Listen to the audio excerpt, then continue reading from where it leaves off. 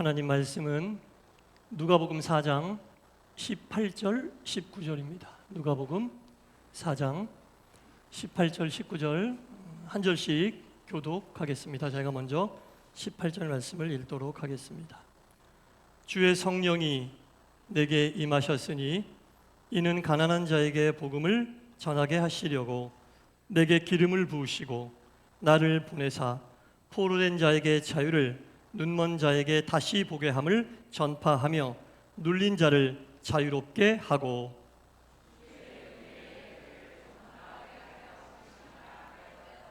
아멘.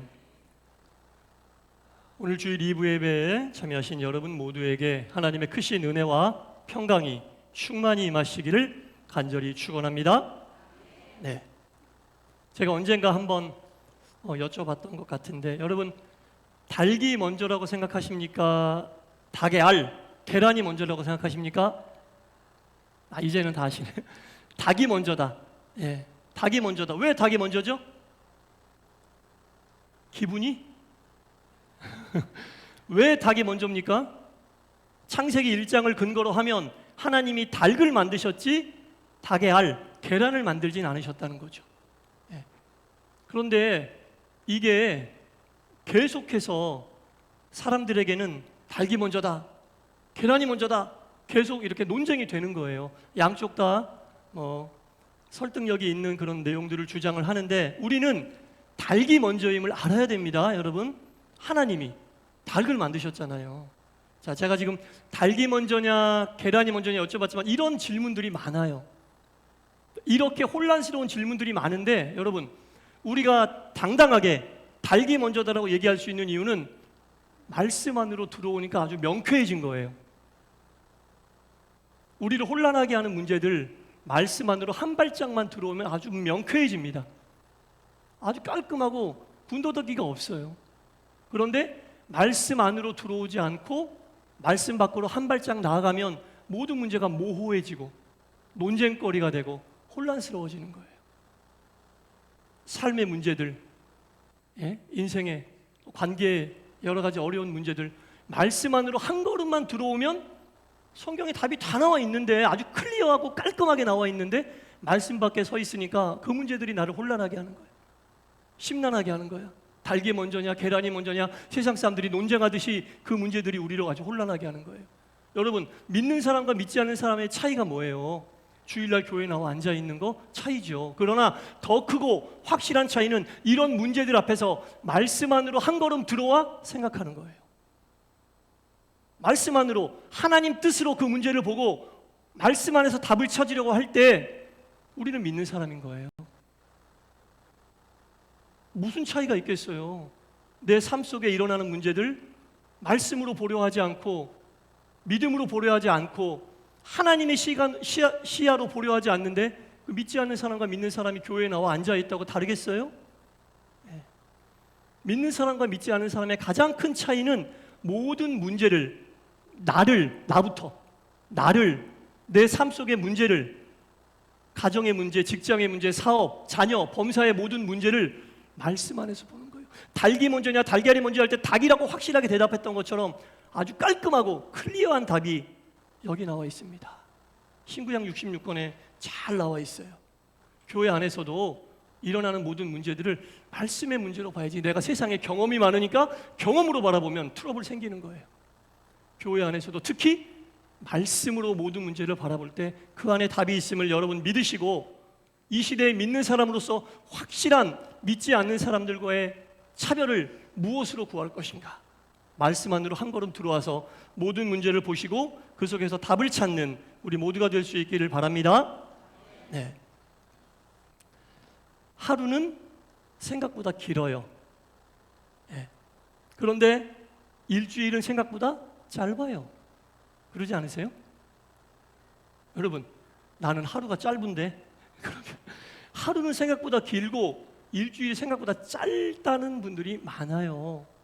이상하잖아요. 긴 하루가 7번 모여 있으면 더 길어야 되잖아요.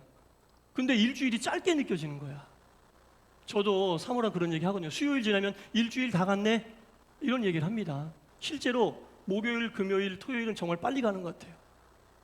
하루는 긴데 긴 하루가 7번 모여있는 일주일은 짧다, 짧게 느껴진다. 그리고 한 달도 짧게 느껴지고 1년이 후딱 간 것 같아요. 1년이 후딱 간 것 같습니다, 여러분.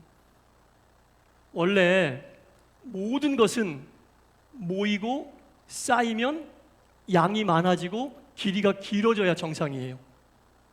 재물을 많이 모으면 재물이 커지고, 또 우리가 갖고 싶은 것을 많이 갖고 이렇게 수집을 하면 그 양도 많아지고 길이도 길어지고 모양도 커지잖아요. 다 동의하십니까? 그런데 예외가 되는 게 있어요. 시간은 예외가 됩니다. 시간은 살아온 시간이 많이 모일수록 살 시간은 짧아지는 거예요.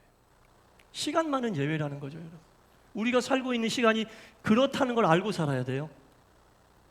세상에 있는 모든 것들은 모으면 모을수록 많아지고 모으면 모을수록 커지고 길어지잖아요. 그런데 우리가 살고 있는 시간만큼은 그 시간을 내가 많이 모은 시간이 많을수록 우리가 살 시간은 점점 짧아진다는 거.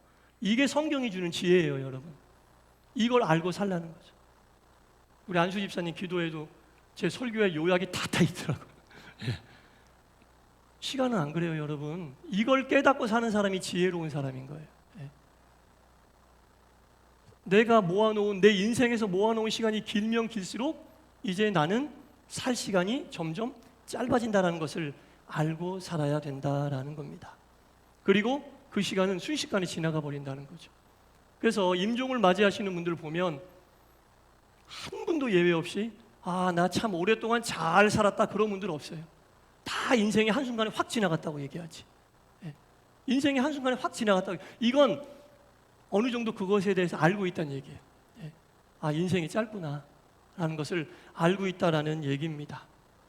이것을 알고 깨닫고 우리가 인생을 살면 이 짧은 시간 속에서 무엇을 중요하게 생각하고 무엇에 집중하며 살아야 할 것도 알아야 되죠. 이 짧은 시간, 산 날이 많을수록 짧아지는 이 시간을 살면서 무엇에 집중하며 살아야겠습니까, 여러분? 무엇을 중요하게 여기면서 살아야겠습니까? 이걸 깨닫는 자가 정말 지혜로운 거고, 세상의 지식을 몰라서 어리석은 게 아니라, 세상적인 정보가 없어서 어리석은 게 아니라 이 사실을 깨닫지 못하는 게 정말 어리석은 거죠. 오늘 하루 살고 나면 또 그만큼 시간은 쌓였으나 시간은 또 줄기도 하는 거죠, 여러분. 이것을 깨닫고 사는 게 지혜로운 거예요. 성경이 늘 깨달으라고 한 것이 바로 이 말씀입니다. 때를 아끼라, 시간을 아끼라. 시간을 아끼란 얘기죠. 짧은 시간을 아껴라라는 겁니다. 짧은 시간 동안 여러분 무엇을 중요하게 여기며 어디에 여러분들의 모든 것을 걸고 하루하루 살아가시겠습니까? 이것을 알기 위해서는 오늘 본문에 나와 있는 예수님께서 이 땅에 오신 목적을 정확하게 알고 있어야 됩니다. 그래야 우리가 무엇에 집중하며 짧은 시간을 살지 깨달을 수가 있어요. 오늘 본문 말씀, 누가복음 말씀은 예수님께서 나고 자라신 나사렛 회당에서 구약성경 이사야 61장 내용을 읽으신 부분을 누가복음에 옮겨놓은 거거든요. 예수님께서 이 땅에 오신 목적이 오늘 본문에 다 들어있다라는 겁니다. 성령이 예수님에게 임하셔서 그 성령의 인도하심으로 인해 예수님께서 이 땅에 내려오셨는데 가난한 자에게 복음을 전해주러 내려오셨다. 예수님이 이 땅에 오신 목적은 가난한 자들에게 복음을 주러 내려오셨다. 이 가난은 물질의 가난이 아니라 영의 가난함, 심령의 가난함을 얘기하는 거예요. 영이 가난한 자들에게 복음을 주러 이 땅에 내려오셨는데 구체적으로 디테일하게 어떤 자들이 영이 가난한 자냐? 포로된 자. 포로된 자. 첫째, 포로된 자가 영이 가난한 자다라는 겁니다. 무엇에 우리가 포로되어 있습니까? 이걸 알아야죠. 우리가 난 잡혀 있지 않은데 무엇에 포로되어 있느냐? 죄의 포로가 되어 있다는 겁니다. 최초의 인간인 아담이 죄를 지음으로 그때부터 모든 인간은 죄의 포로가 되어 있는 거예요, 여러분. 그 죄에 휩싸여서 죄의 포로가 되어 있는 우리들에게 무엇을 주시기 위해서? 자유를 주시기 위해서. 포로로 묶여있는 그 포승줄을 끊어주신다는 얘기죠. 죄의 포로가 되어 있는 우리들에게 자유를 주시기 위해서 예수님께서 이 땅에 오셨다. 두 번째, 눈먼 자들에게 눈을 뜨게 해주시려고 오셨다. 눈 멀었다는 건 뭐예요? 우리 다 보고 있는데 뭐에 눈 멀었어요? 진리를 보지 못하고 하나님을 보지 못하고 예수님을 보지 못하는 눈먼 자들에게 눈을 뜨게 해주시려고 이 땅에 오셨다. 그리고 세 번째, 눌린 자에게 자유를 주시게. 눌렸다. 뭐에 눌려 있을까요? 죄짐에 눌려 있다. 죄짐에 눌린 사람, 죄짐에, 우리는 죄짐에 눌려 있어요. 여러분, 근데 우리를 누르고 있는 죄짐의 특징이 있어요. 뭐냐? 눌림을 받는 사람이 느끼지 못해. 그 프레스가 어느 정도인지 몰라요. 죄짐이 눌리고 있는데 그 죄짐이 얼마나 무거운지 몰라요. 못 느끼는 거야. 느끼면 어떻게든지 그 짐을 벗어버리려고 할 텐데 못 느끼는 거예요. 그게 무서운 거예요. 죄라는 게 우리를 누르지만 그 누르는 무게가 어느 정도 무게인지 못 느낀다는 거예요. 특별히 영적인 죄는 더 그렇습니다. 말씀 따라 살지 않고 주님 뜻대로 살지 못하는데 우리를 분명히 그 영이 죄짐이 누르고 있는데 그걸 못 느끼니까 아무렇지도 않은 거예요, 여러분. 이거 느껴야 되는데 이걸 느끼게 하시기 위해 주님이 오셨다는 거예요. 주님을 만난 자는 이걸 느껴요. 그래서 우리가 뭐예요? 회개하는 거예요. 회개는 죄짐이 얼마나 무거운지 알고 깨닫는 자들이 할 수 있는 게 회개예요. 그냥 주님 앞에 나와 용서해 주시옵소서 이런다고 되는 게 아니에요. 나를 누르고 있는 영의 죄짐을 깨달았을 때, 말씀을 듣고 깨달음이 오고 그때 하는 회개, 그때 비로소 죄짐이 얼마나 무거운지 아는데 그 죄짐을 우리로 하여금 자유롭게 하시기 위해서 주님이 이 땅에 오셨다라는 겁니다. 우리는 그래서 항상 영이 가난한 자가 돼야 되는 거예요. 영이 가난해야만 포로되어 있던 나를 자유롭게 하시고 눈먼 나를 눈뜨게 하시고 죄짐에 눌려있던 나를 깨닫게 하셔서 회개하게 하시고, 그리고 다음에 뭐라고 나옵니까? 주의 은혜를 우리에게 알려주시기 위해서. 주의 은혜는 뭐냐면 말씀을 듣고 깨닫는 그 깨달음의 때를 얘기하는 거예요. 아, 이게 다 주님의 은혜구나. 잘 먹고 잘 살게 해주셔서 주님의 은혜가 아니라 내가 포로되어 있었다는 것을 알게 하시고 내가 눈멀었다는 것을 깨닫게 하시고 죄짐에 눌려 있었던 존재라는 것을 알게 하신 그 깨달음, 그래서 회개하게 하시니 그 깨달음이 내게는 베풀어 주신 주님의 은혜구나. 제가 지금까지 말씀드린 이 모든 것을 딱 두 글자로 뭐라고 하냐? 복음이라고 얘기합니다. 복된 소식, 그게 복음이에요. 포로된 나를 자유롭게, 눈먼 나를 눈뜨게, 죄짐에 눌려있던 나를 자유롭게, 이 모든 것이 주의 은혜인데 이 모든 것을 한마디로 두 글자로 복음, 이 복음이 우리에게 예수 그리스도를 통해 왔다라는 거죠. 그리고 이 복음을 주시기 위해 이 땅에 오신 것이 예수님이고 복음이 예수님의 이 땅에 오신 목적이다라는 겁니다. 그래서 여러분, 복음을, 하나님 말씀을 지식으로 정보 전달의 차원으로만 이해해서는 안 된다는 거예요. 그건 살아있는 복음이 아니에요. 성경이 종이 위에 써있는 글씨로 멈춘다는 얘기입니다. 지식으로 받아들이면. 그러나 포로된 나를 자유롭게 해주신, 눈먼 나를 눈뜨게 해주신, 죄짐에 눌려있는 나를 자유롭게 해주신 그 예수님이 주시는 복음이 정말 내 속에 들어와 내가 깨닫고 하루하루 삶이 주의 은혜로 산다면 그게 여러분 살아있는 복음. 하나님 말씀이 그렇게 살아있는 거예요. 그래서 나랑 관련이 되어 있고 나와 접점이 되어 있다라는 겁니다. 일평생 죄사슬에 묶여 살 수밖에 없었고 욕망이 나를 누르고 욕심이 나를 눌러도 그게 누르는지조차 깨닫지 못하고 살았었는데 깨닫게 하시는 거죠. 그 깨달음을 주는 말씀이 살아있는 복음이라는 거죠.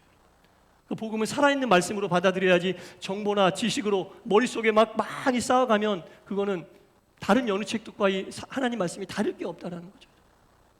다를 게 없잖아요, 여러분. 우리가 다른 책과 이 말씀이 다른 이유가 뭐예요? 살아있다라는 거죠. 분명히 알아야 한다는 겁니다.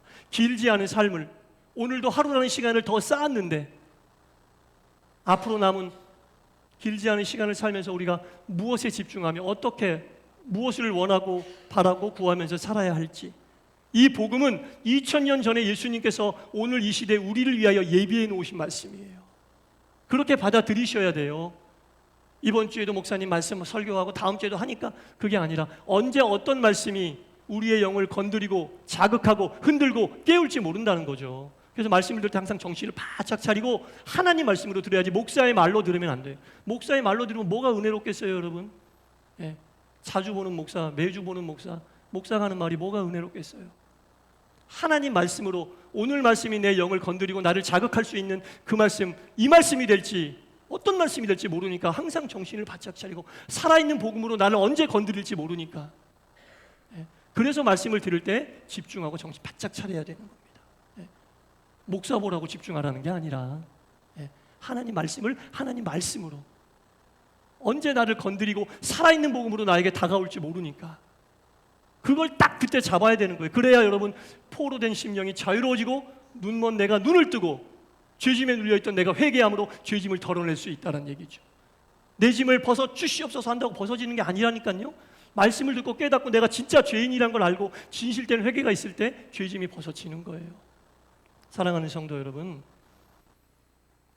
인생을 살아가면서 살아있는 복음에 집중하는 우리 모두가 되기를 바랍니다. 말씀 안에 들어있고 우리가 하나님 안에 들어오면 모든 문제들이 아주 명쾌하고 클리어한 답이 있어요. 그래서 이 모든 것들이 이 시대에 하나님이신 하나님의 말씀 안에 들어있음을 알고 태초부터 우리를 위해 예비하신 이 말씀이 여러분들의 삶과 여러분들의 가정과 직장과 사업장과 자녀와 범사 위에 충만히 임하여 주의 은혜가 매일매일 온전히 누려지게 되시기를 주님의 이름으로 간절히 축원합니다. 기도하겠습니다. 오늘을 하루 또 살았습니다. 시간이 하루도 쌓였습니다. 살 날은 하루도 줄었습니다. 길지 않은 인생을 살면서 무엇에 집중하고 무엇을 바라보고 살아야겠나이까? 이 땅을 살면서 영원한 시간을 준비하는 우리들의 삶이 되게 하여 주시옵소서. 영원한 시간을 준비하는 방법은 신구약 66권 창세기부터 요한계시록 안에 다 나와 있습니다. 말씀을 가까이 하지 않고 어찌 영원한 삶을 준비할 수 있겠나이까? 근시안으로 세상만 바라보지 않게 하시고 말씀 안에 담겨있는 보이지 않는 영원한 삶을 온전히 준비하게 하여 주시옵소서. 예수님 이름으로 기도드리옵나이다. 아멘.